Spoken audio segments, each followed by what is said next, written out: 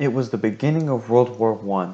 Bromine had just joined the military and wanted to fight against the Central Powers, which at the time consisted of Germany, Austria-Hungary, the Ottoman Empire, and Bulgaria. Bromine's buddy Chlorine was already in the military and decided to help fight the Central Powers with him. Bromine was the first to be drafted into the military. He was placed in a company that was in France. Chlorine at the time had been stationed in Great Britain. His job was training new recruits. Finally, the day came when the Allied powers decided to declare war on the Central Powers.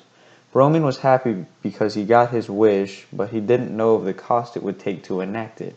As the Allied powers prepared to fight on foot and in tanks, the Central Powers were plotting to unfold their biggest weapons yet. The day came to fight against the Central Powers. Bromine had been promoted as a temporary commander of the French army because the real commander was terribly ill. Chlorine was preparing trenches with his troops for the soldiers to hide in and evade enemy fire while shelling the opposition at the same time.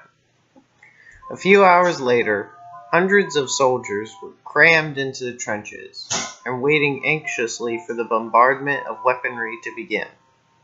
Finally, just when Chlorine was going to assume the opponents had given up from intimidation, they saw the slow marching of hundreds of soldiers approaching from the opposite trench. They quickly loaded up their guns and started lobbing shells filled with gas, also known as Bromine's magical concoction, at the enemy troops. However, no matter how many they pitched, the gas would never reach the opposition before being blown away by the mildly high winds. When the enemy realized they had been attacked, they fled back into their trenches before another onslaught of shells occurred. The French started to hear loud machinery at work in the direction of the enemy. Fearing it was another attack, they decided to wait for orders from their commanders. After 6 hours or so, the sound of machinery stopped. Commander Bromine ordered one of the troops to go see what had happened.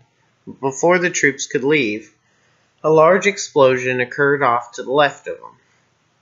When the troops rushed to the sound of the explosion, they saw that part of the trench was nothing more than a hole in the ground, and the scattered remains of troops that had been there were literally everywhere. Some of the scouts came back to the now demolished part of the trench and reported that the Central Powers had huge guns in their possession. These guns were called Big Bertha guns, and a man named Molybdenum, who was another sorcerer like Bromine and Chlorine, had the brilliant idea of using his abilities on the gun so it wouldn't melt under the high temperatures from the keg of gunpowder required to launch a 16-inch, 2,200-pound missile, capable of going on just 9 miles in seconds. The metal that was incorporated into the iron melted at 4,750 degrees Fahrenheit, which was almost 1.5 times more than what it would have been if it was just plain iron. While this was happening, Molybdenum's apprentice, Osmium, was just learning to use his powers of fluctuating heat and pressure while working alongside Fritz Haber, a famous chemist during World War I. They were trying to make a concoction of ammonia to use against their enemies, but they did not have the correct tools to change the pressure or the heat. So Osmium used his underdeveloped powers as a catalyst to a nitrogen-hydrogen gas mixture to accomplish their creation, fertilizer, which would not only be used as weaponry, but also to improve the quality and quantity of crops at the time and beyond. And so the war went on for a few more years before finally the Central Powers surrendered to the undaunted French and British army. With the war over, Bromine and Chlorine were happy to have some time off from fighting, but the newfound peace wouldn't hold for much longer. For as the Allied powers celebrated, the broken Germany was taken over by a dictator and started preparing for war once again to avenge its brethren in the First War by Tungsten using his supernatural abilities on the metal to make it even stronger than molybdenum had been. By the time World War II started, Tungsten had been using his powers on metal that was being shipped to Germany by Portugal, and as a result both were heavily armed with armor-piercing missiles and strong machinery. Once again, the Germans had found a way to make their Berthas stronger.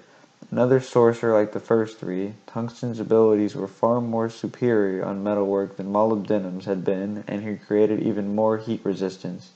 The end result was the ability to fire more rounds in a shorter amount of time before the Bertha started to melt.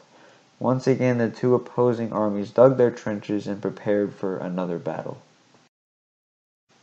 A few more years of grueling battle passed, and unfortunately this time the British and French were no match for the even better Berthas. They eventually had to surrender in order to prevent their lands from getting completely demolished and to conserve what little supplies they had left.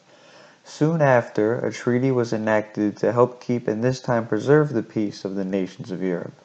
A few months later, the reconstruction of Europe was well underway with the help of the newly forged helicopters created by Tungsten's cousin Scandium when the French got a distress call from the Congo saying that there was no leader in place and two rival groups, Tantalum and Niobium, were fighting for control of the Congo and they needed assistance to help settle the matter.